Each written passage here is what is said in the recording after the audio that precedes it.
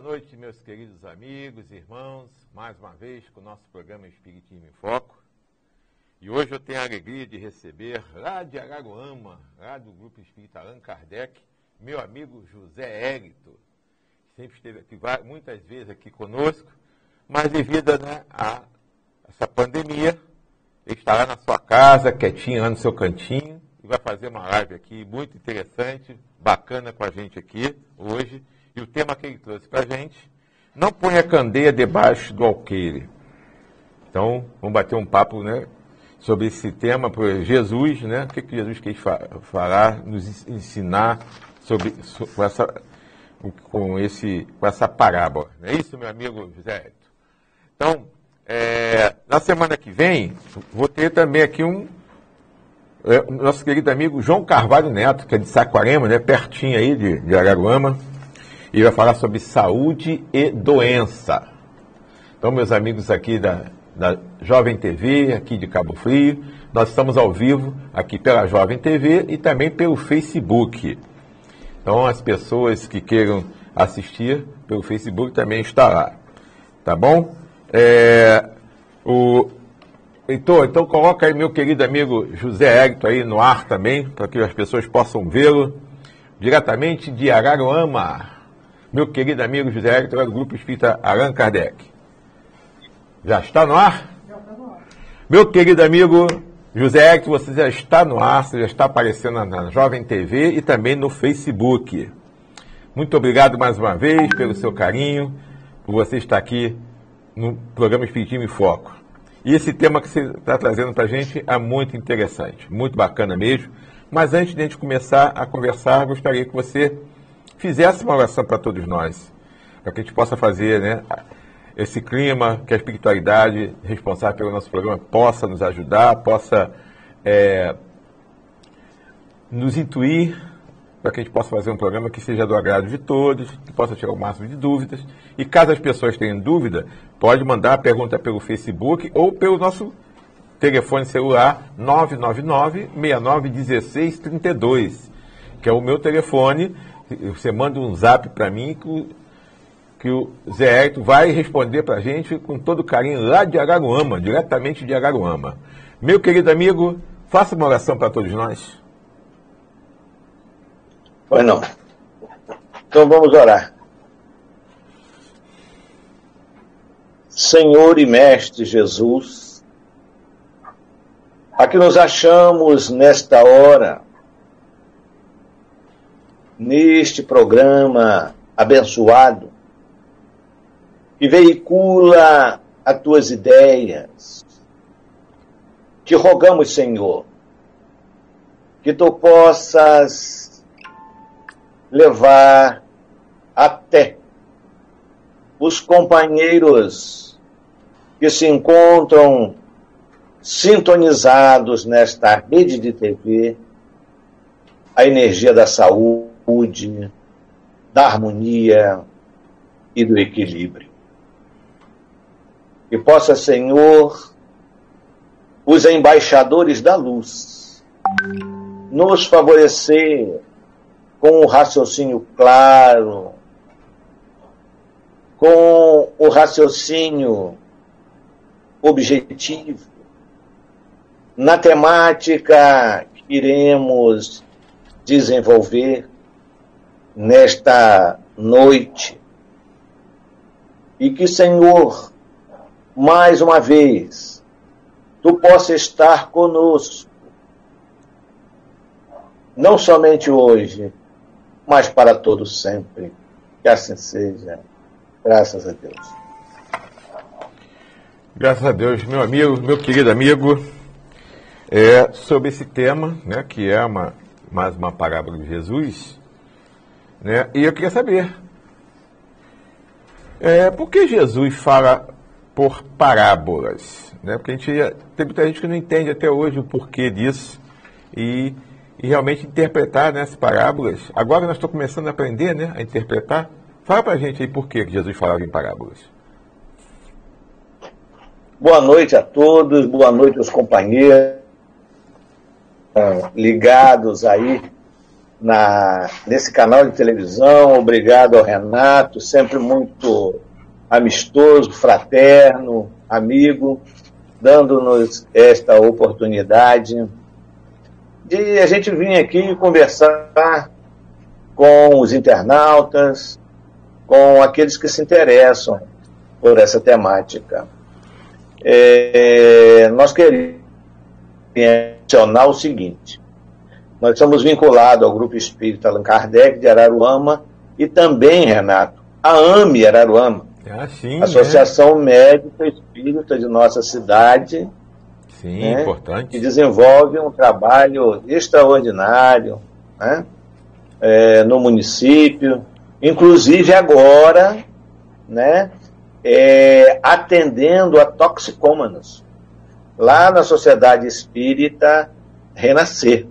Né, um trabalho que é uma colaboração do movimento espírita às pessoas de nossa cidade, né? Dentro, evidentemente, de toda uma terapêutica espírita, com a coordenação da doutora Margarete, que é uma médica, o doutor Gilson Paiva, que é um... Muito bem. Nós gostaríamos, Renato, se você nos permitisse, de ler passagens evangélicas, a fim de desdobrarmos os apontamentos, os esclarecimentos. Para que a gente não perca uma expressão tal como anotaram os cronistas do Evangelho, Mateus, Lucas, etc. Então diz assim: ninguém acende uma candeia para pô-la debaixo do alqueire. Põe-na, ao contrário, sobre o candeeiro, a fim de que ilumine a todos os que estão na casa. Isso está em Mateus 5,15. Depois Lucas registra o seguinte: ninguém há que, depois de ter acendido uma candeia, a cubra com um vaso, ou a ponha em uma. Põe-na sobre o candeeiro, a fim de que os que entrem vejam a luz. Pois nada há secreto que não haja de ser descoberto, nem nada oculto que não haja de ser conhecido e de aparecer publicamente. Lucas 8, 16, 17. Mais adiante, iremos ler o seguinte: aproximando, disseram-lhe os discípulos: por que lhe falas por parábolas? Respondendo-lhes, disse ele: é porque a vós outro foi dado conhecer os mistérios dos reinos dos céus. Mas a eles isso não lhes foi dado, porque aquele que já tem, mais lhe será e lhe ficará na abundância. Aquele, entretanto, que não tem, mesmo que tem, se lhe tirará. Falo-lhes por parábolas, porque vendo, não veem, não escuto e não compreende. E nele se cumprirá a profecia de Isaías. Diz que ouvireis com os vossos ouvidos e não escutareis. Olharei com os vossos olhos e não vereis. Porque o coração deste povo se tornou pesado e seus ouvidos se tornaram surdos, e fecharam os olhos, para que seus olhos não vejam e seus ouvidos não ouçam, para que seu coração não compreenda, para que, tendo se convertido, eu não os cure. Mateus, capítulo 13, versículo 10 a 15. Então, dentro da indagação que nos foi endereçada pelo Renato, então, por que Jesus falava por parábolas, né? Primeiro, a gente vai analisar essa questão da candeia, né? Que ele colocava que quem acendesse uma candeia, né, não devia colocar debaixo do alqueire. O que é uma candeia? Uma candeia seria uma lamparina, um lampião, uma vela. E o alqueire, uma pequena mesa tosca de madeira, né, por onde o indivíduo poderia depositar esse instrumento de iluminação. Né? Mas é engraçado que Jesus fala isso e muitas vezes ele mesmo, né, restringiu determinadas informações a um grupo específico. Não apresentava essas ideias de maneira clara ao grande povo, a massa, por exemplo. E por quê? Porque ele coloca isso aqui, aos apóstolos, a vocês é dado entender as lições, as ideias do reino dos céus.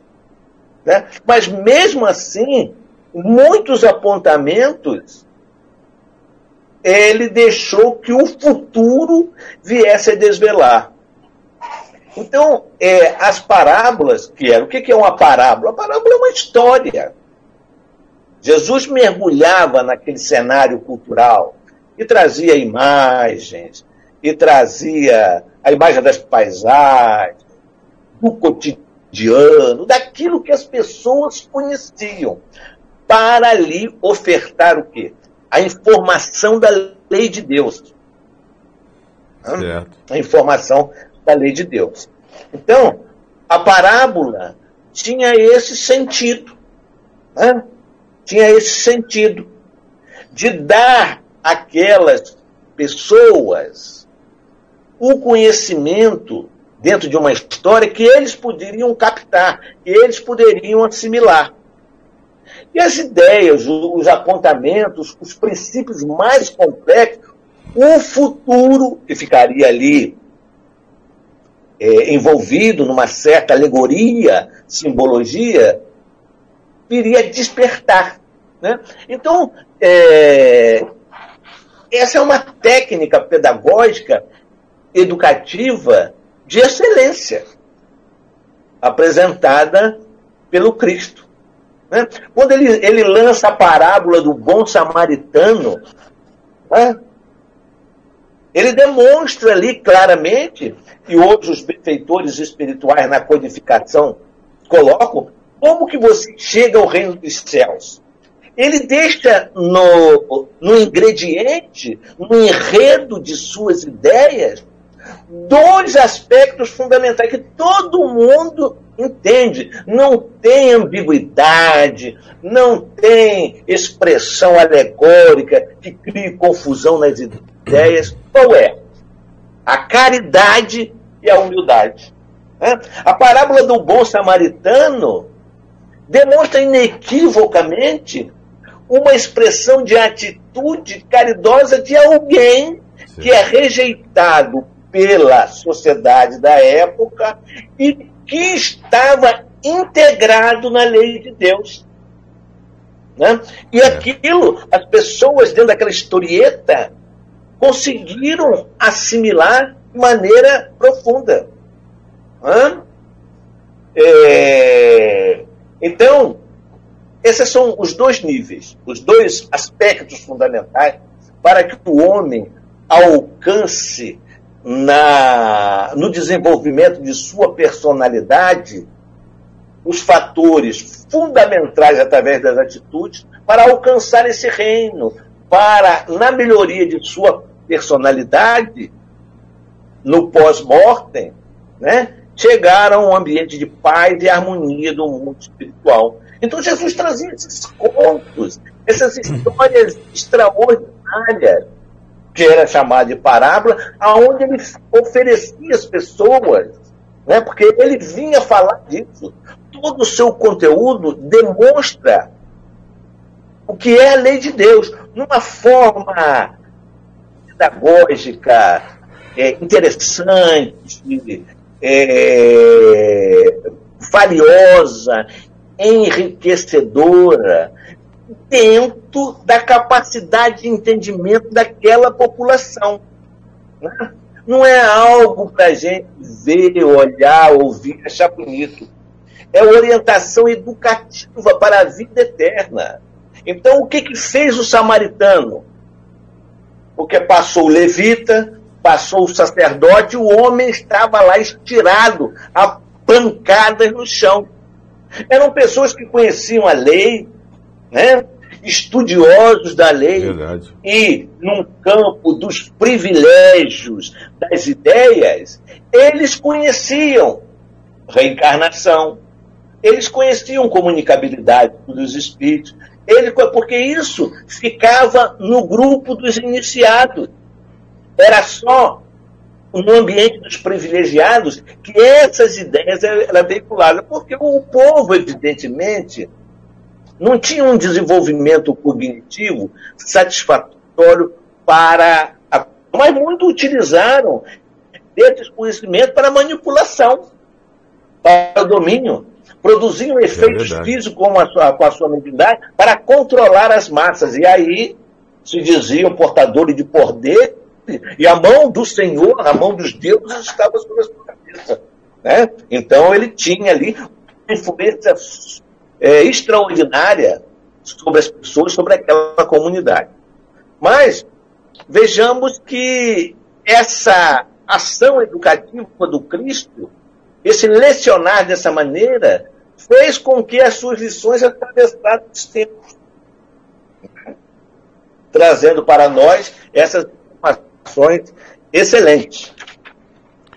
É verdade. Mas isso que você falou aí, de manipular as massas, né, de ter o poder, mas isso não acontece até hoje, José Hélito? Até hoje a gente não vê isso? Mudou alguma coisa de lá para cá? Pois é, Renan. Depois de 2000 e poucos anos. Né? É complicado, né? Às vezes as ações se repetem, né? De uma outra maneira. Né? A gente respeita as religiões. Né? Chico Xavier diz que todas as religiões elas têm um fim útil. E Allan Kardec, desde que os homens a conduzam nesse diapasão. E Allan Kardec diz que todas as religiões são boas, desde que o homem pratique o bem. Né? Então, se porventura as criaturas, elas exploram, elas se utilizam da religião para o seu benefício, todos darão conta de sua administração. Com certeza. Né? Nós vemos, por exemplo, as atividades mediúnicas, claramente, nas casas espíritas, demonstram isso. Quantas vezes eu já tive a oportunidade de conversar com religiosos do ambiente espírita, do ambiente não espírita, que desperdiçaram a sua oportunidade atendendo a interesses pessoais, né? Favorecendo a mediunidade comercializada, né? A simonia, né? Seria o tráfico das coisas sagradas, né? No ambiente religioso. Né? Às vezes eu vejo indivíduos a propalar e a difundir a ideia, né, de um cristianismo assim materialista, né? É verdade. O Senhor, né, que o Senhor vai aumentar o seu patrimônio. A gente observa isso sem nenhuma crítica pessoal, eu estou fazendo uma análise do que está exposto aí na mídia. Se você sintonizar determinado canal de televisão, você vai ver, né, as pessoas entrevistando o outro, dizendo assim, e quanto aumentou o seu patrimônio depois que você atendeu a essas reuniões aqui, olhando, agora eu comprei uma casa, agora eu estou com 2 poupanças, né? E a pessoa diz ali o numerário que ele está investindo no banco. Eu respeito as pessoas que assim pensam e assim fazem, né? Mas é lamentável. Né? Com certeza. É lamentável. Infelizmente já continuamos com as mesmas atitudes de 2000 anos atrás, né? Agora me diz uma coisa. A razão é importante para a fé, Zé? Poxa, essa pergunta ela é fundamental. Imaginemos. Posso beber uma aguinha? Pode. Pode, você fala muito. Oferecer. Você fala bastante, tem que beber água. Olha só, essa pergunta é muito importante, né? Porque a doutrina espírita, Renata, ela não está fundamentada numa expressão de crer. Pode expressar isso da boca para fora e não ter uma fundamentação naquilo que está exposto em forma de religiosidade. Por isso que o Espiritismo tem a ciência. Para quê? Para demonstrar os fatos. Segundo o Espiritismo, está registrado. Fé verdadeira que pode encarar frente a frente a razão em humanidade. Então, iremos observar nos textos da codificação os benfeitores espirituais dizer: se a nossa fé aumenta dia a dia, é porque nós compreendemos. Né?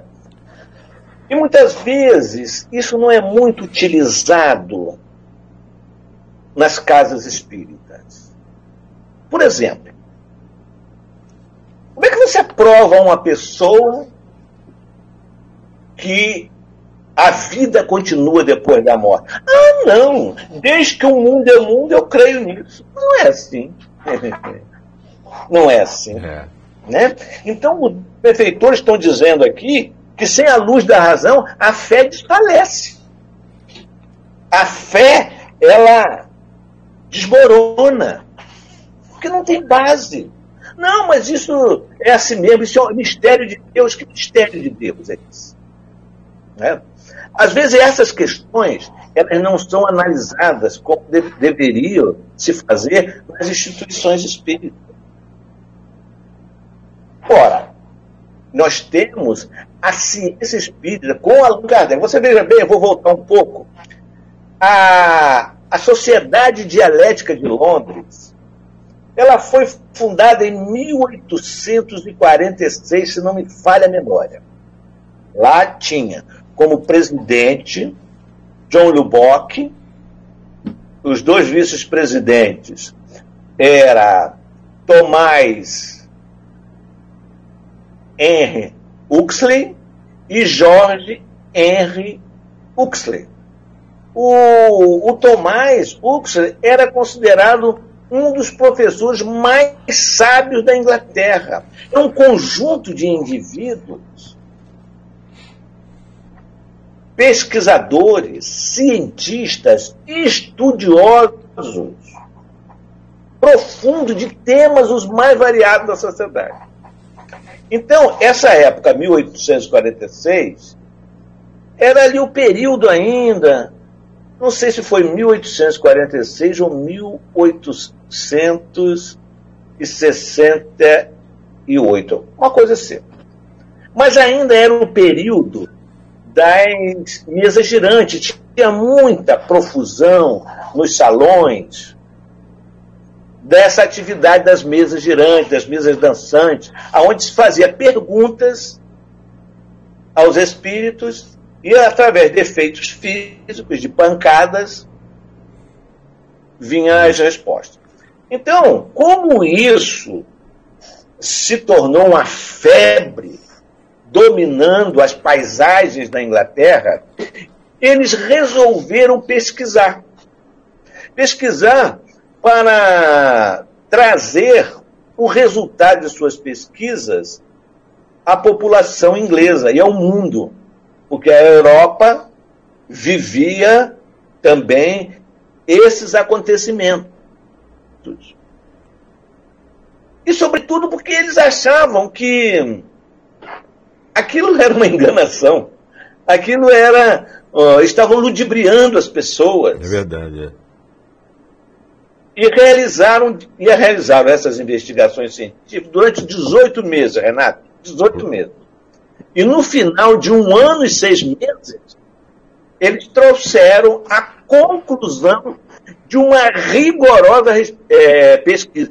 Eles eram cientistas de destaque no âmbito mundial da época. Então eles estavam à cata de observar aquilo ali, porque eles achavam que era um charlatanismo.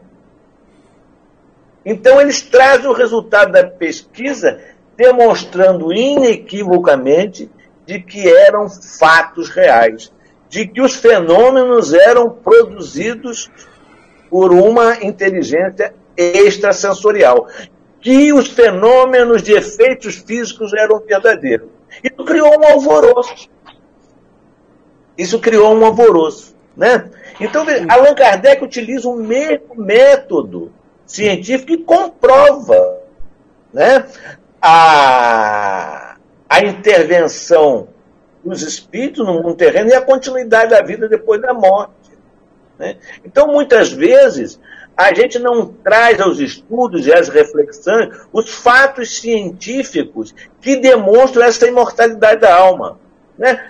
Nós podemos ver Alexandre Aksakov, que eu tive a oportunidade de fazer uma palestra, um homem de ciência que estudou, que analisou médios como Eusébio Palladino, Slade, Elizabeth de Esperance, que fez pesquisas rigorosas com outros cientistas e comprovou a imortalidade da alma, a continuidade da vida após a morte, e colocou isso em obras. Né? Um caso de desmaterialização foi uma obra que provocou uma celeuma, né? Trouxe a ebulição do pensamento comum, social, científico, filosófico da época, porque chamou a atenção que alguém de renome, alguém com credibilidade, atesta que a vida continua depois da morte. As cartas consoladoras, nós precisamos dar, Renato, nós precisamos estudar mais as obras de Chico Xavier, de Allan Kardec em primeiro lugar, mas de Chico Xavier, as casas espíritas precisam se debruçar sobre a análise desse conteúdo de excelência. Chico Xavier é alguém que traz um material profético. Eu estou me estendendo muito, hein? Vai. Não estou, mas vou. Gente, não, pessoal aí, Renato, você põe uma corneta aí, não deixa a turma dormir, não, hein?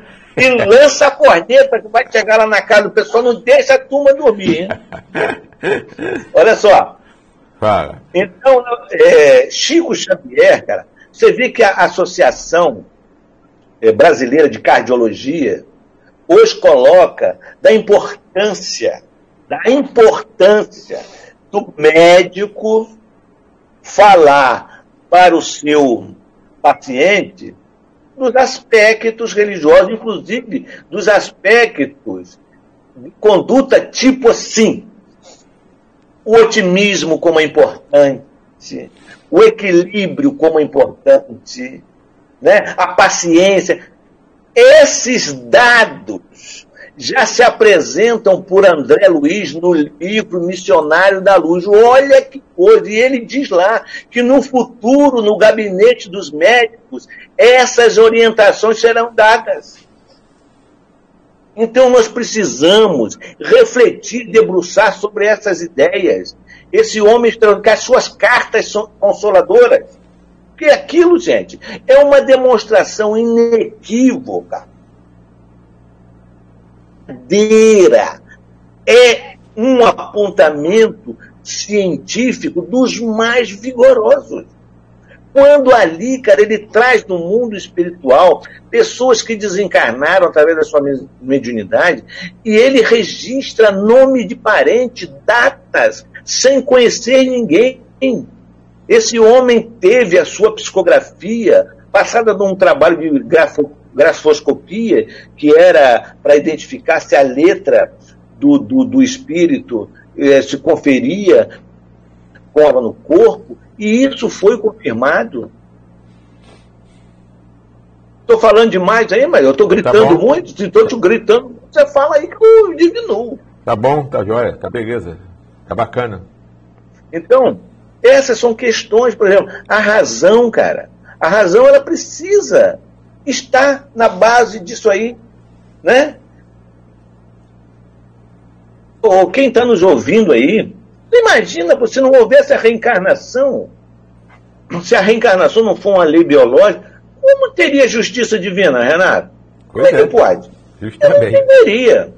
Um cara nasce cego ali, o outro nasce com visão. Não entendo, mas quer dizer que Deus privilegia um e lança outro num baita sofrimento? Que é isso? Né? Então a reencarnação demonstra. E essa reencarnação, ela foi comprovada. Só que nós temos o quê? Uma ciência materialista, né, que cria barreiras enormes para a aceitação. O doutor Banerjee, doutor Ian Stevenson, o Ian Stevenson foi o psicólogo, psiquiatra e professor da Universidade de Virgínia, estudou durante anos e anos essa questão da reencarnação, das vidas sucessivas, e publicou uma obra, 20 casos sucessivos de reencarnação, onde ele também analisa as crianças que lembravam espontaneamente das suas existências passadas. Então ele registrava aí em cartório, isso confirmado. É verdade.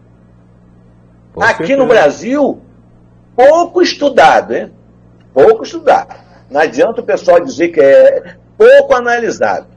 Hernani Guimarães Andrade. Hernani Guimarães Andrade. Foi o único. Um pesquisador que criou o Instituto Brasileiro de Pesquisa Psicobiofísica. As obras dele são obras de um conteúdo substancial, de um conteúdo robusto. E Reencarnação no Brasil, que é uma obra maçuda, né, que você, para ler, né, você gasta algumas horas, mas a conquista do conhecimento e da verdade que está ali. Eu não estou falando isso, gente, porque eu sou espírita. Eu não estou falando isso porque eu sou espírita, sinceramente. Eu estou falando isso por convicção. Né? Nós não estamos aqui apresentando esses dados, porque eu sou um religioso. Não, eu hoje sou espírita porque esses fatos me convenceram. São fatos. É a razão. Né? É como o Espírito Humberto de Campos, ele diz assim: eu não cogito de crer, na introdução ao livro Boa Nova, ele diz, não cogito mais de crer, porque hoje sei. É verdade. O saber vem de quê? O saber vem dos fatos. O saber vem justamente dessas análises meticulosas, detalhadas. Então a reencarnação, ela foi provada. Demonstrado o doutor Hernani Guimarães Andrade, no seu livro Reencarnação no Brasil, tem ali 8 casos, onde ele analisa de maneira muito, muito eficiente e exitosa também a questão que Ian Stevenson se debruçou, que é a lembrança de criança das suas vidas passadas. Né? Nós temos hoje, por exemplo, a terapia de vidas passadas, que está aí nos consultórios. É verdade. Dr. Bezerra diz que ela não é uma panaceia. Se você pegar o livro lá, Loucura e Obsessão, de Divaldo Pereira Franco, quando o Dr. Bezerra e Manuel Filomeno de Miranda registra, o Dr. Bezerra coloca que não é uma panaceia, não é um remédio para todos os males. A terapia de vida passada agora vai resolver. Não é isso. Mas ela é mais uma ferramenta para ajudar o indivíduo no seu reequilíbrio. Verdade, em alguns casos, sim. Então a razão você não pode ter uma abordagem de mistérios. Como é que o homem de hoje, o ser humano de hoje, o homem e a mulher, quer saber por que crê. Não, mas tem a vida depois da morte? Isso é um fato? Os espíritos se comunicam Como? Demonstre, mostre. É isso que a doutrina espírita coloca. É verdade. Né? O Allan Kardec coloca, se a doutrina espírita viesse antes da ciência, está lá em A Gênese, seria abortado, como tudo que nasce antes do tempo. Né? É verdade. Você vê Chico Xavier, um homem que tinha o 4º ano primário. O 4º ano primário. É. E publica uma obra como Evolução e Dois Mundos, da onde ele tinha conhecido. Aí a pessoa fala, não, aquilo é porque ele entrou na cabeça lá de um cientista e... não, são ideias sem consistência, são ideias, né, mais que de 400 livros, né, Zé? Mas elas se acabam por elas mesmas. Mais de Se 400 acabam livros. por elas mesmas. O livro, por exemplo, Mecanismo da Mediunidade, quem lê aquilo, a cega aonde André ele Luiz, fala... né, a cega André Luiz, rapaz, eu estou falando demais. Mais o Renato, de você segura livros, a onda aí que eu estou falando demais. Né? Ó, cega André Luiz, né, que é isso aí, né, é muito conhecimento, né, para uma pessoa que tem 4º ano primário, né, mais de 400 Imagine, livros. 4º ano primário. Ó, faz a sua primeira psicografia, a primeira, aos 12 anos. Não é aos 17. Vamos lá, por que os 12 anos? Porque quando ele está num curso primário, lá no 4º ano primário, a professora pede para ele fazer uma redação. Uma redação. Pede para os alunos fazer uma redação. Aí ele vê um homem do lado dele, vai para a professora e diz assim, ó, tem um homem aqui do meu lado que está ditando o que eu tenho que escrever. Aí ela fala assim, mas Chico, vai para lá, que não tem homem nenhum, isso está vindo da sua cabeça. Vai que as coisas que você tem que escrever estão vindo da sua cabeça. E ele escreve uma redação que ganhou um prêmio no Estado, devido à argumentação, que não era dele, era do espírito que estava passando, porque foi a primeira psicografia que ele fez. É verdade. Né? Então era um homem extraordinário. Eu estou falando demais, né? Vamos falar um pouquinho de Jesus agora. Vamos falar um pouquinho de Jesus. Eu queria saber, fala aí de uma lição que é contida numa parábola aí, para a gente entender o que Jesus, né, ensinou para a gente. Fala aí uma parábola, um ensinamento aí para a gente. Uma lição. Eu até citei a parábola do bom samaritano, né? Mas essa aí é a mais conhecida, né? Mas tem outras boas aí também. Tem a parábola do semeador, né? Que o semeador sai para semear. Isso aí. Né? Então, a primeira semente não cai em terra firme, a outra cai em meio às pedras, a outra cai no espinheiro, e uma cai numa terra adubada, vamos dizer assim, numa terra fértil, e então se produz. É muito interessante essa parábola, porque todos nós semeamos. Vocês imaginam isso? A gente semeia naquilo que a gente fala, nas nossas atitudes. E nós vamos colher, mas nós não temos a menor consciência, ou a gente não tem, melhor dizendo, uma conscientização disso. Por exemplo, de que aquilo que a gente fala está na conta da nossa responsabilidade e a gente responde por isso. Emmanuel coloca isso. Aquilo que você semeia com a sua fala, se é uma expressão de mentira, se é uma expressão de calúnia, se é uma expressão de enganação, amanhã você terá que recolher esses frutos da sua semeadura. Então, a gente precisa ter muito cuidado, porque a boa semente, né, ela vai gerar um bom arbusto, um bom fruto. E o indivíduo, ele muitas vezes, nós mesmos nos perdemos naquilo que a gente expressa. Né? No livro Ação e Reação, nós vamos encontrar no mundo espiritual um escritor, aí já não é a fala, mas é o que ele escreve, numa região de dor e de sofrimento. E André Luiz tem a oportunidade de entrevistá-lo, e ele diz que foi um escritor de nomeada.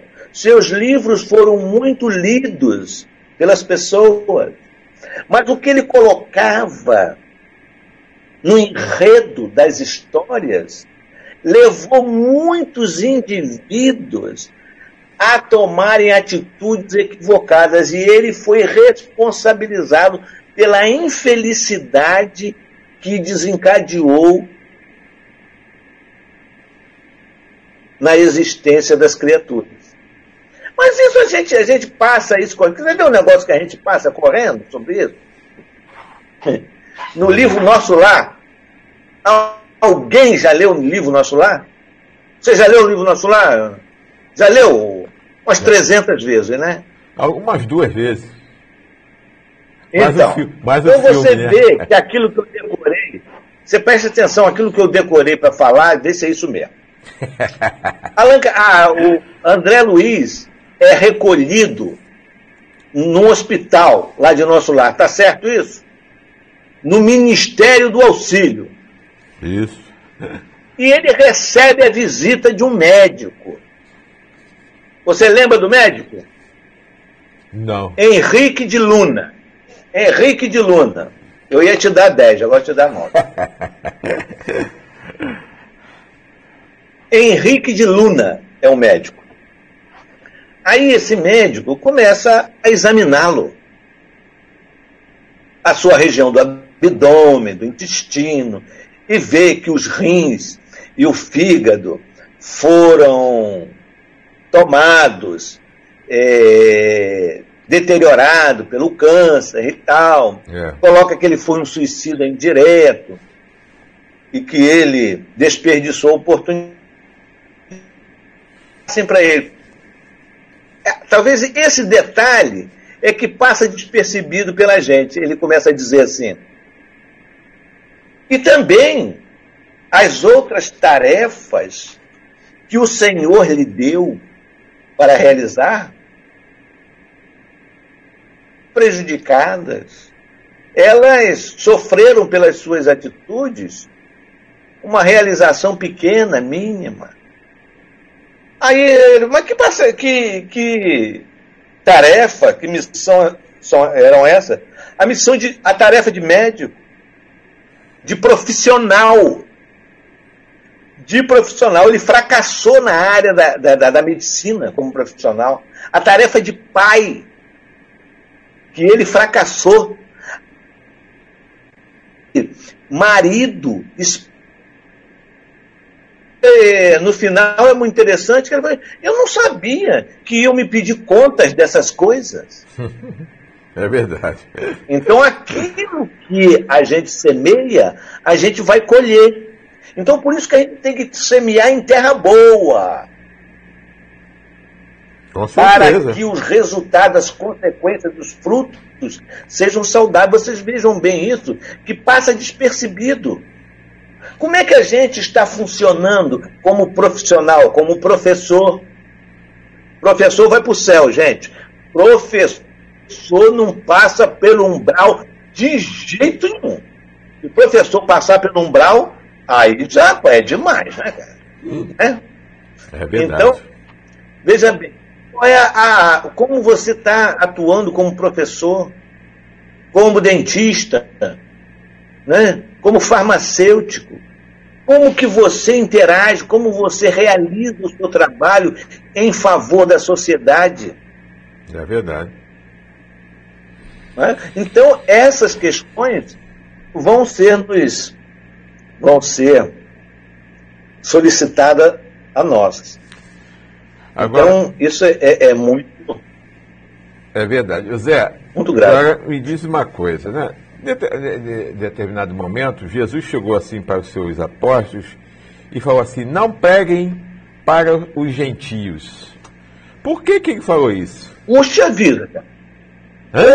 Mas ele falou isso, falou mesmo, né? Falou mesmo, você imagina isso, né, cara? Ele falou, os apóstolos, você vai lá e não pregue para os gentios. Mas por quê? Ele estava discriminando? Ih, rapaz, aí diz Jesus não é a favor da inclusão social. Se hoje fosse hoje em dia, nas redes sociais a coisa ia ficar feia. Ia pegar, não ia? Ia pegar. Pois é, cara. Então os benfeitores espirituais vêm explicar isso.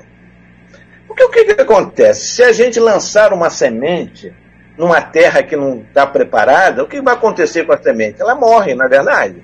Você tem que preparar, tem que limpar, tem que carpir a terra, remexer a terra, botar adubo. E se você semeia fora da estação, a semente morre, não é verdade? Então o que acontece?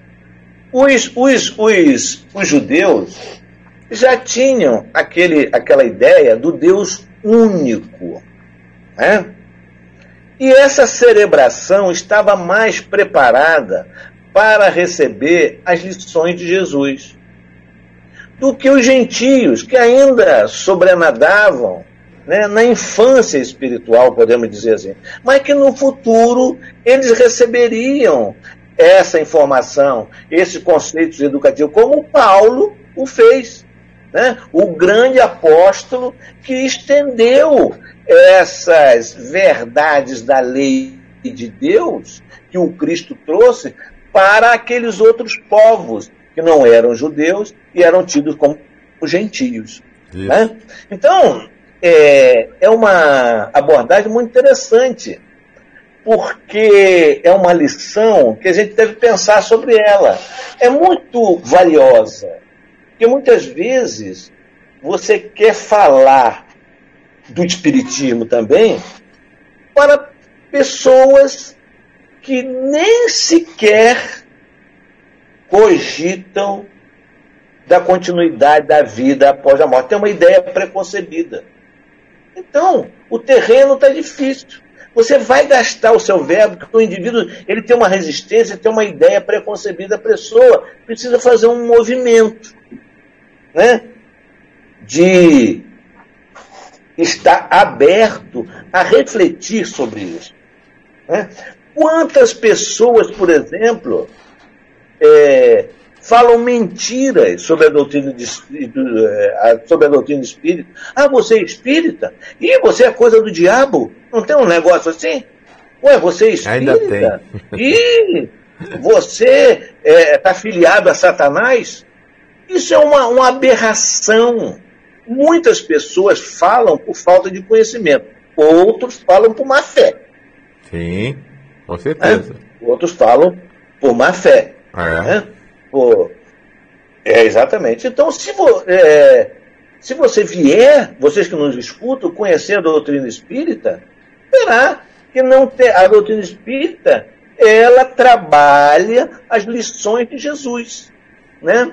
E dá um enfoque um pouco diferenciado das demais religiões, porque aceita a reencarnação, a comunicabilidade com os espíritos, mas nós estudamos a Bíblia. E ninguém aqui é filho do capeta, do diabo, não tem nada disso.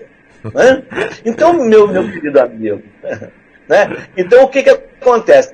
Ele trouxe essa mensagem primeiro para os hebreus, para os judeus, e depois para os gentios, porque os gentios não tinham ainda, não aprenderam o alfabeto espiritual, e tinham que aprender o alfabeto. Né? Tinha que aprender todo o alfabeto para que eles pudessem ler, né? Como é na escola. Então, futuramente, Paulo de Tarso vem e oferece essa informação, dissemina essas ideias, porque o evangelho é para todos. Né? É verdade. Não é para um grupo privilegiado, né? E diz uma coisa então, meu amigo. E a mensagem de Jesus, ela é para quem? Para todos, né? Como a gente está abordando, a mensagem do Cristo é para todos. Para todos nós, né? Agora, a mensagem do Cristo não é para salvar uns. Né? Porque há pessoas que dizem assim, eu estou respeitando, não tem nada com religião de ninguém. Nada, absolutamente nada. Cada qual tem a sua religião, todas as religiões são boas, desde que pratique o bem. E o Espiritismo diz que ele não vem para aqui, está lá em Obras Póstumas, o Espiritismo não vem para aqueles em que sua religião o basta. Se a sua religião o basta, não procure o Espiritismo. Fique nela, porque ela é o suficiente para o seu crescimento interior. Mas se você tem algumas questões, algumas dúvidas, né, algumas interrogações, a sua religião não responde, o Espiritismo aceita que você venha, conheça, reflita. Se você se identificar, tudo bem. Se não se identificar, busca outro caminho. Então, a mensagem do Cristo é para todos. Não, só vai ser salvo o povo daquela agremiação religiosa. Tem gente que diz isso. Né? Só aquele grupinho que vai ser salvo. Não, não é isso. Não pode. Um Cristo, um ser da magnitude evolutiva de Jesus de Nazaré, não poderia jamais em tempo algum, porque Jesus não teve religião nenhuma. Verdade. Nenhuma. Mentem, deturpam quem diz que Jesus teve religião. O Cristo, ele traz uma mensagem para a comunidade humana, para todos. Tanto é que a parábola do samaritano, veja só, a parábola do samaritano é de uma lucidez impecável. Vem o homem, os salteadores o espancam, sediciam, maltratam, e o que ocorre? Vem o levita, vê o cara sangrando, conhecia a lei, foi embora. Vem o sacerdote, olha, está lá gemendo, com dor, ferido, sangrando, passa. Aí vem quem? O samaritano, que era relegado, criticado, tido como um excluído daquela sociedade, né? Críticas ferrenhas sobre os tido como abomináveis. Então ele pega o homem, põe remédio, cuida dele, leva para a hospedaria, né? Paga. Se o estalajadeiro fosse gastar um pouco mais, no retorno ele passaria lá para ver se o homem estava lá e foi atendido e daria o que ele gastou com a pessoa. Então vejamos, né? No Evangelho há uma fala de Jesus muito interessante, ele diz assim, é no capítulo 6, sou o grande médico de alma. Verdade, né? Sou o grande médico de almas. Meus filhos prediletos são os enfermos, os fracos, os doentes, os pecadores. Então, meus queridos amigos, Jesus é isso. Né?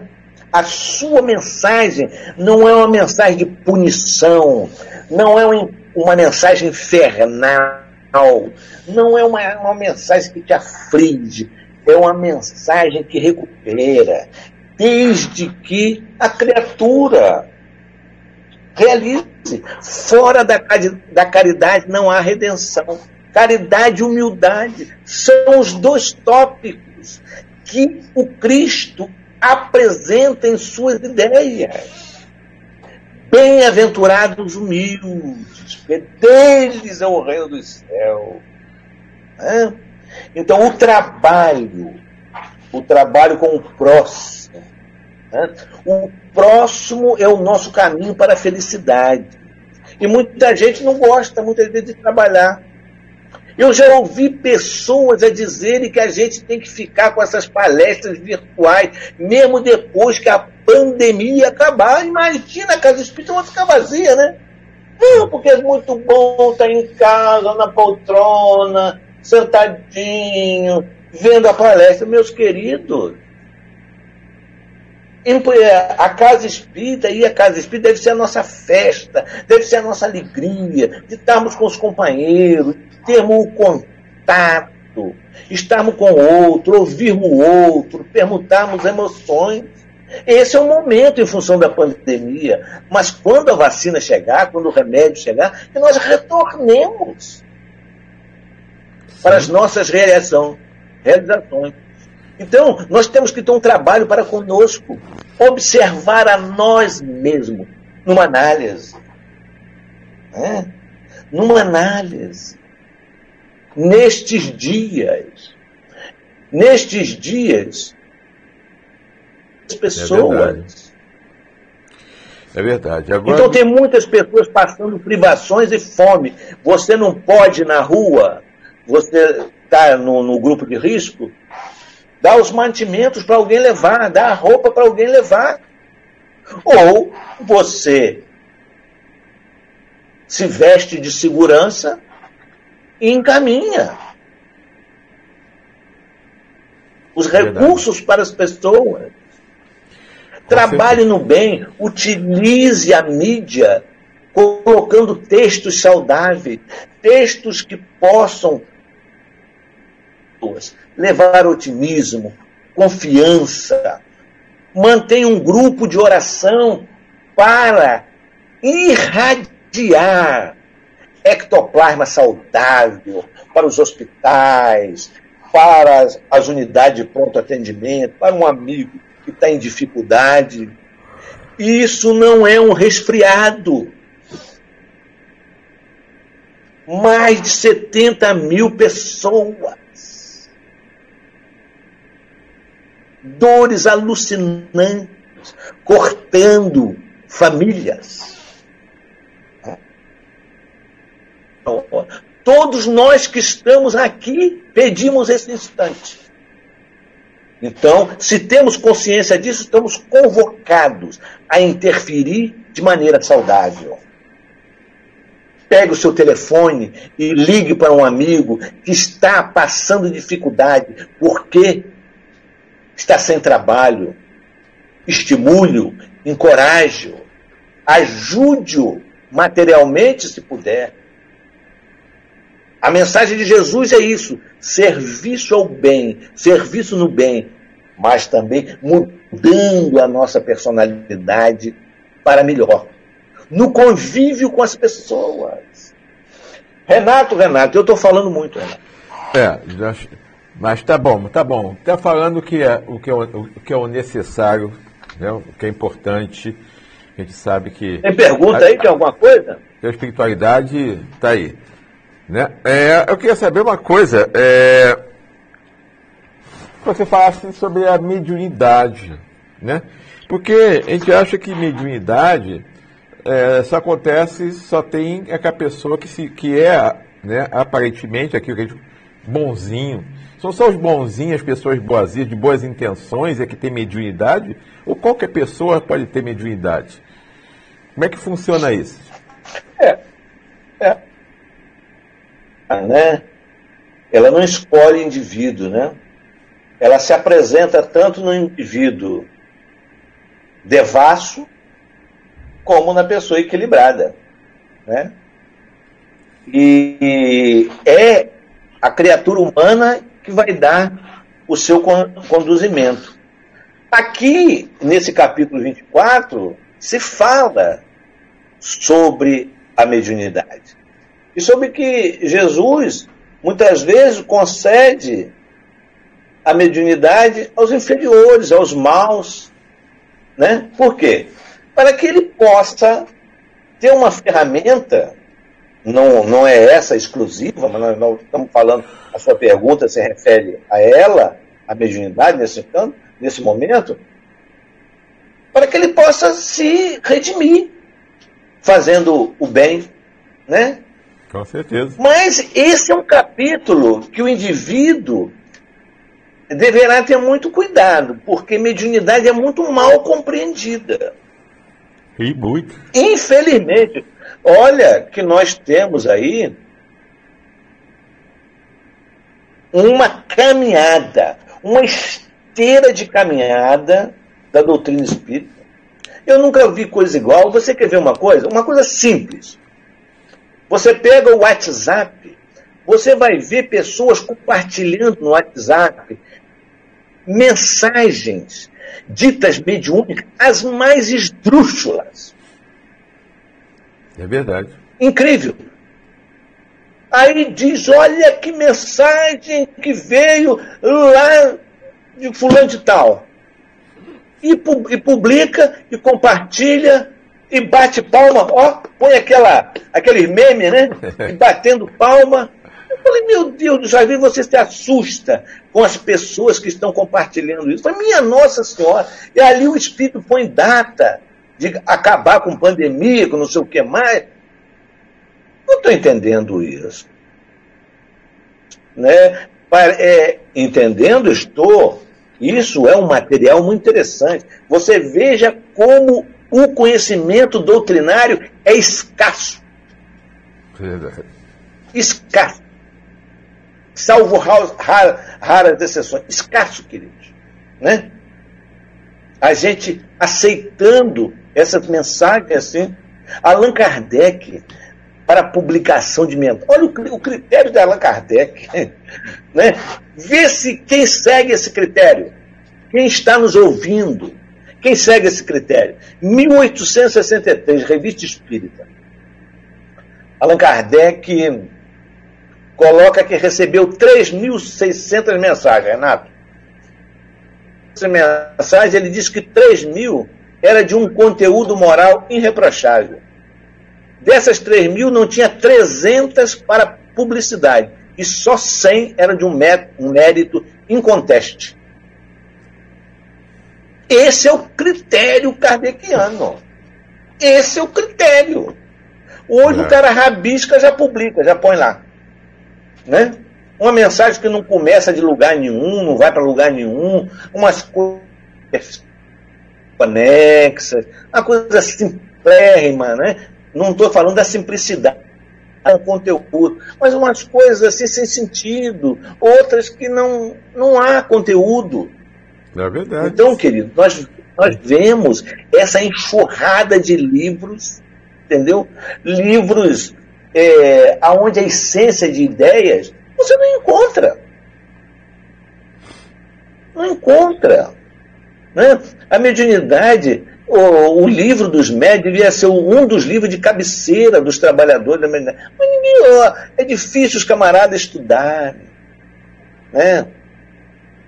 É verdade. Isso não acontece aí em Cabo Frio, o pessoal estuda bem. Né? Então, cara, quer dizer, Araruama? É aquela. Não, Araruama não. Você quer assim não ficar muito bonito. Mas, veja bem, a necessidade do estudo, cara. A necessidade da reflexão, pessoas falando determinadas coisas que são um espiritismo particular. Né? Nós temos, por exemplo, essas questões de reuniões mediúnicas abertas. Mas não existe isso. Né? Eu fico assim a pensar, todo o respeito que as pessoas me merecem, né? Eu respeito as pessoas, eu não tenho nada com a vida de ninguém, mas, por exemplo, os benfeitores espirituais, André Luiz em Desobsessão, né?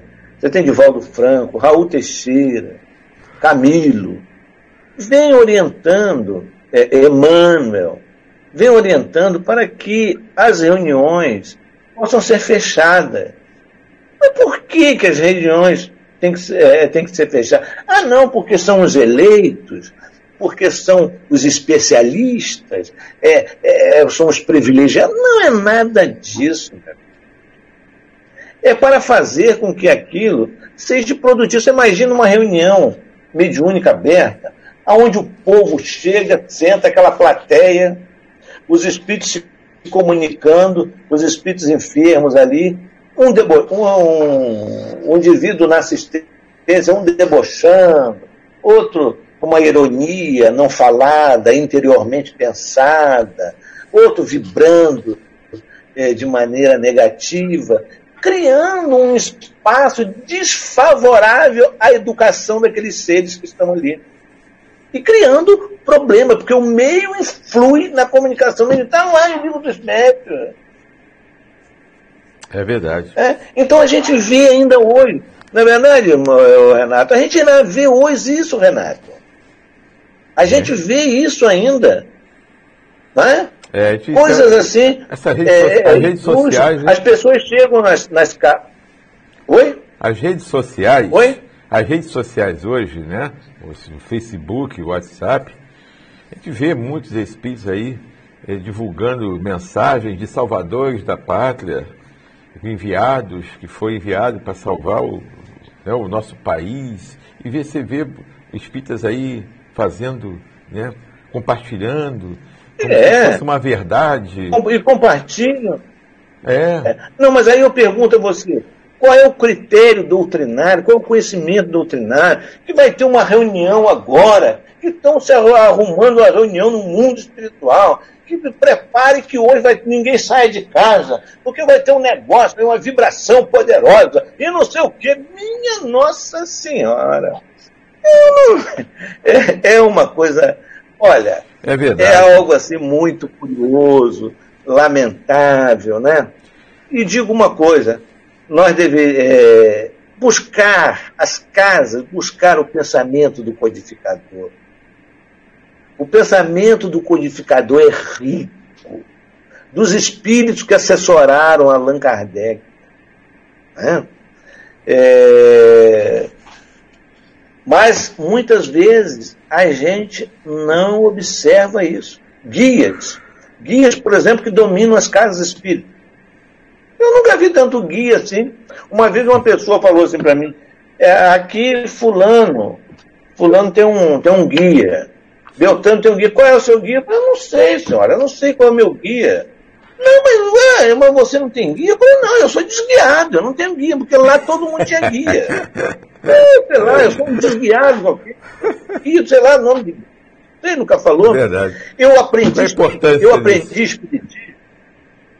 espiritismo com uma pessoa extraordinária, Ederlindo Sarroriz. O cara era bom. O cara é bom, não era bom. É bom. Então eu aprendi espiritismo com Ederlindo Sarroriz. As pessoas vinham ao Allan Kardec e perguntavam assim, eu sou Ederlindo, quem é o guia do Allan Kardec? Eu falei, meu filho, eu não sei. Ué, mas é uma casa sem guia? Eu falei, eu não sei qual a importância disso? Eles nunca me falaram. Qual a importância disso? Perguntar. Né? Então, vejamos, cara, né? Tem casas espíritas que, por exemplo, para fazer um banheiro, para fazer uma sala, é o guia que tem que dar autorização. É verdade. Tudo. É o guia que dá. E se o guia falou, todo mundo obedece. Então isso tem que ser passado por uma avaliação.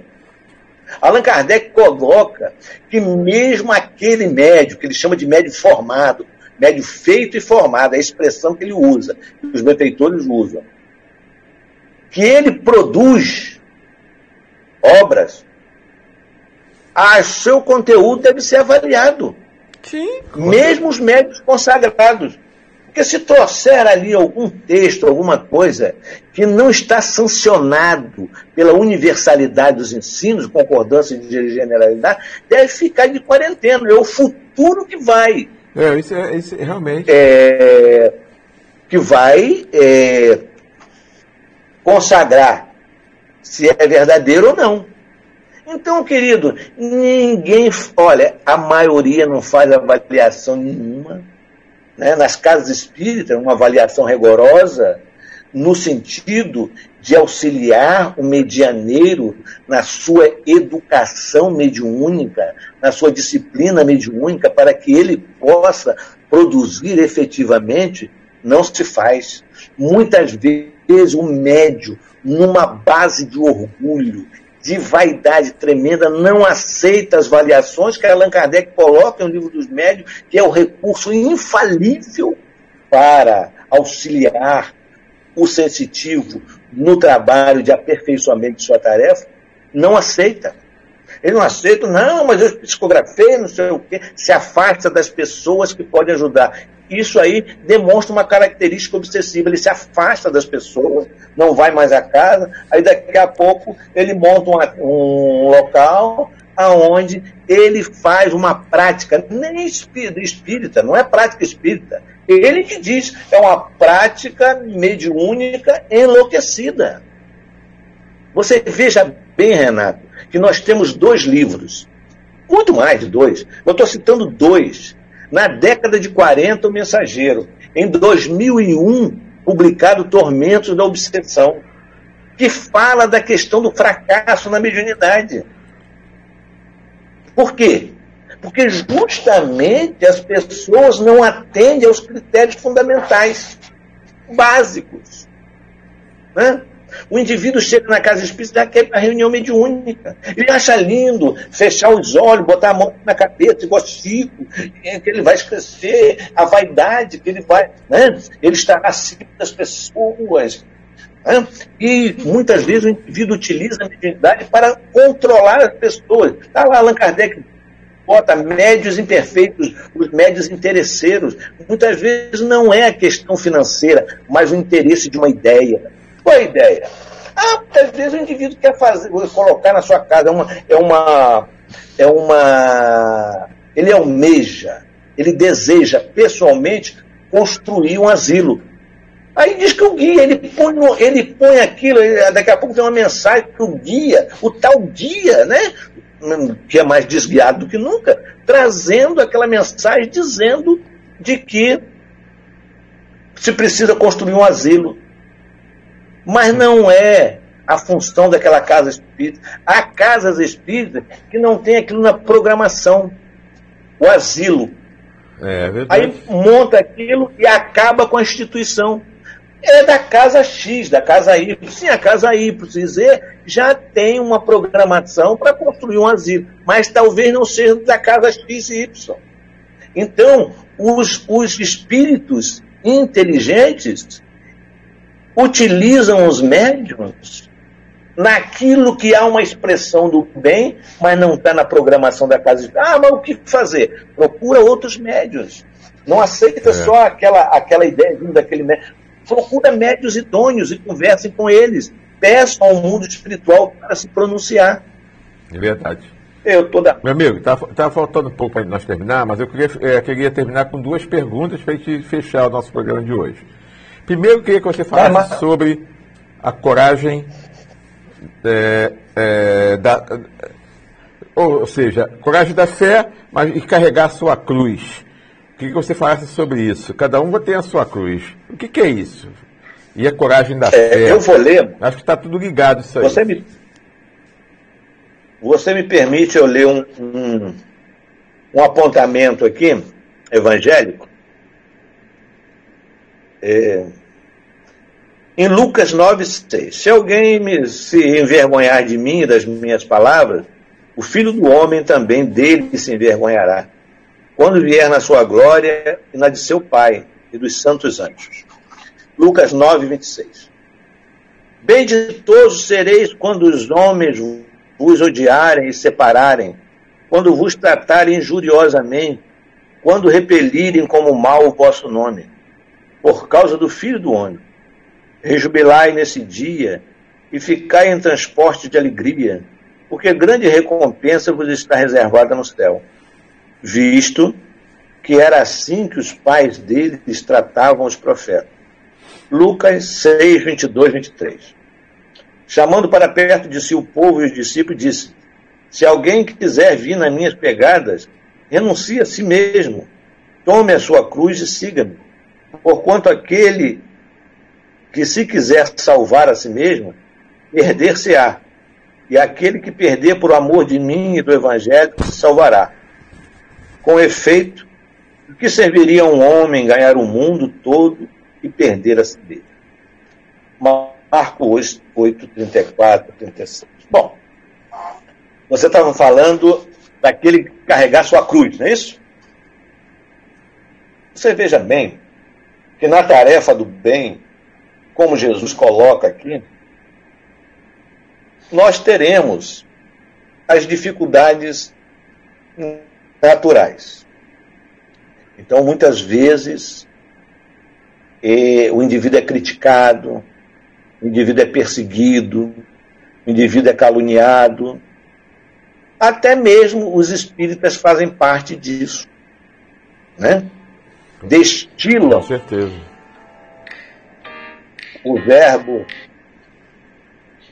destilam o verbo infeliz, né? Mas Jesus coloca de que aquele que perseverar até o fim, apesar de suas dificuldades, apesar de suas dores, Chico Xavier, por exemplo, né? Quantas absurdidades em torno do seu nome foi comentado. Imagine no início que ele começou a psicografar Humberto de Campos, que muitos diziam que aquilo era uma abominação, uma incoerência, uma loucura, uma projeção do subconsciente, né? Se ele ali fraquejasse e deixasse a tarefa, né? Então Jesus diz que aquele que perseverar até o fim será redimido. O Espírito Emmanuel diz que é muito fácil a gente iniciar na tarefa cristã. Difícil é continuar. Chegar no final é crucificar-se. Então, seguir a cruz, porque a ajuda do mundo espiritual será abundante.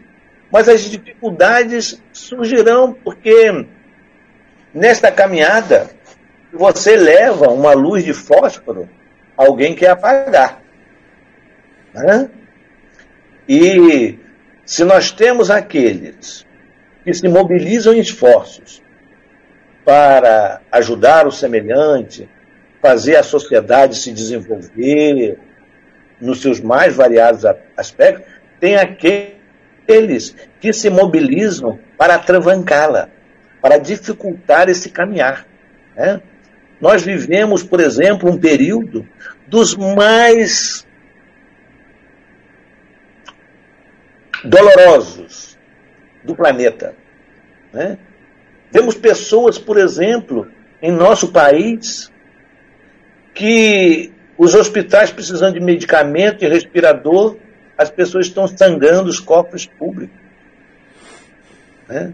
É verdade. Necessitando de que esses homens se dediquem a diminuir aquilo que está afligindo a sociedade humana. Não é apenas nós espíritas termos uma posição de religioso para trabalhar na casa espírita, porque nós temos uma função social. Um é dentista, um é de presidente da Associação de Moradores, o outro é médico, o outro é professor, o outro é servidor da limpeza urbana, e fazê-la, e participar disso, né? Participar da sociedade não de maneira anárquica, não de maneira rebelde, mas de maneira consciente, reivindicando e levando propostas. Porque o reino dos céus não vai se formar num ambiente restrito de uma casa espírita. Ele vai se formar na nossa ação através das várias atividades humanas, política, econômica, social, mas dignamente exercida. Com certeza. Dignamente exercida. Então, carregando a nossa cruz.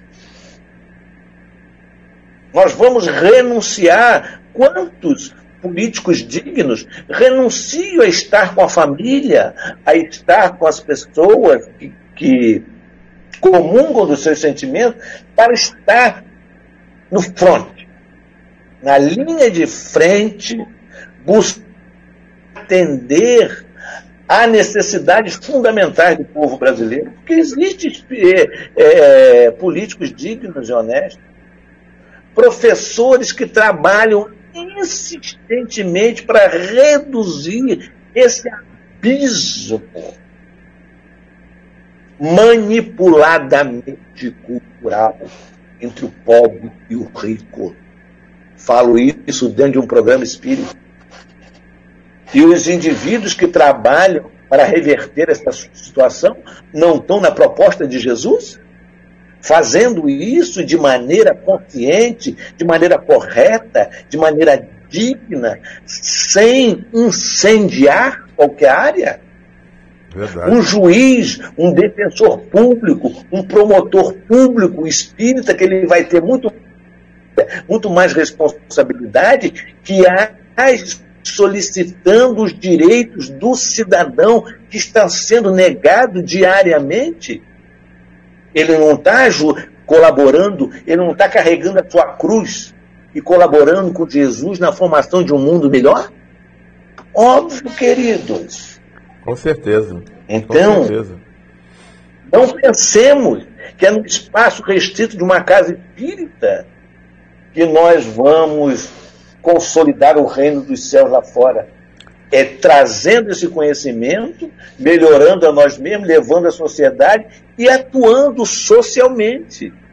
Porque Sim. Jesus atuava Com certeza. socialmente. Verdade. Não é? Com certeza. As suas Temos que ser mensagens ativos. mudou a concepção de homem. Verdade. Dos fiscais que já botava no bolso naquela época dinheiro, como era o caso de Zaqueu. Senhor, se eu fraudei alguém, ele já estava atormentado, porque a mensagem de Jesus chamou ele aos brilhos. Dou 4 vezes mais, ou 6 vezes mais, ou 8 vezes mais aos pobres. Então, meus queridos amigos, essa é a nossa mensagem de hoje. A mensagem da gente não esconde, né? Botar a candeia em cima do alqueire, não de baixo. Né? Mas, muitas vezes, aquela luz, ela tem que ser adequada, calibrada a cada agrupamento. Porque se ela for muito intensa, pode cegar alguém que esteja acostumado com a luz tênue. É isso aí, Renatão. Meu filho, vai te fechar. No dia de hoje, nesse dia de hoje, né, todos nós, todas as religiões, as igrejas evangélicas, as igrejas católicas, os espíritas, todas as religiões, eles dizem para que todos nós façamos orações pelas pessoas, por esse momento que nós estamos passando, nesses dias turbulentos, que realmente precisa de união de todos, independente de religião. Temos que estar todos num único pensamento, que é o pensamento de que Jesus é que está no comando e é Ele que vai nos ajudar, nos orientar nesse sentido. Então é válido todos nós, todas as religiões, todas as pessoas que têm religião ou não, juntarmos e orarmos, pedir pelo nosso país, pelo nosso planeta, para que as coisas se normalizem, essa pandemia, e que as pessoas tenham essa consciência de que nós temos que fazer o bem, que nós temos que ajudar o próximo, que ninguém vive independente de ninguém, todos nós precisamos uns dos outros. Essa pandemia está nos mostrando que nós dependemos uns dos outros e muito do mais rico, mais poderoso desse país, até o mais simples. A vida de todos mudou. Ninguém vai viver da mesma maneira daqui para frente, depois dessa pandemia. E as pessoas têm que aprender isso, têm que entender isso, que nós temos que mudar. Se nós não mudarmos, vão continuar as pandemias, vão continuar as doenças, porque as doenças são frutos das nossas ações, dos nossos pensamentos, da nossa maldade que temos ainda nos corações. Se nós não nos tornarmos pessoas de bem, nós não vamos acabar com a miséria, acabar com a fome, com a desigualdade. O que você acha sobre isso, meu amigo? Fala pra gente aí, pra gente fechar o programa. Eu acho importante a sua pergunta. De fato, né, se nós nos unirmos em oração, né, nós vamos, de fato, irradiarmos, né, esse pensamento saudável, conjunto. Não deveria ter separatismo nas religiões. Isso é da inferioridade humana. Né? A minha é melhor. Né? Isso é do sectarismo humano. Mas veja bem, não basta orar. Não basta orar. Nós precisamos orar e arar. Orar e fazer. Porque pode ficar muito acomodado o indivíduo em sua casa, orando, sem realizar.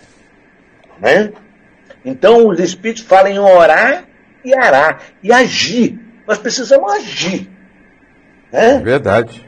Se não fizer a nossa parte... agir na casa espírita, para a casa espírita, para que a Igreja Católica, para que o protestantismo, com as ideias de Jesus, com as ideias saudáveis de Jesus, influencie a sociedade a melhorar.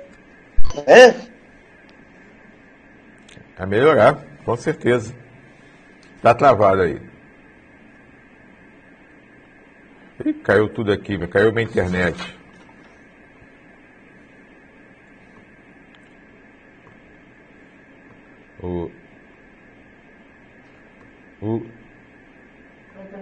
Caiu, a minha caiu aqui. Saiu do ar aqui, por isso. Está voltando agora. Desculpe aí a todos aí. Quando as pessoas não se preocupam com o outro. Isso aí. Né? Não usam a máscara, não fazem o isolamento devido. Então a gente precisa orar sim. Mas precisamos agir. Orar e arar. Trabalhar, atuar, interferir saudavelmente. Porque senão as coisas vão se aprofundar. Você veja que nós chegamos hoje, está chegando aí a 72 mil mortos. Tenha santa paciência.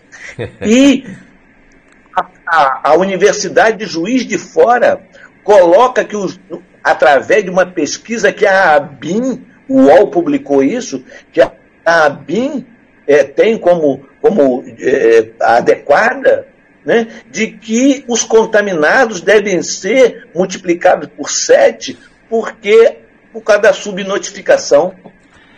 Meu querido então, amigo, no Brasil, nós vamos ter aí 100 milhões. Oi. Acabou o nosso tempo. Tudo bem.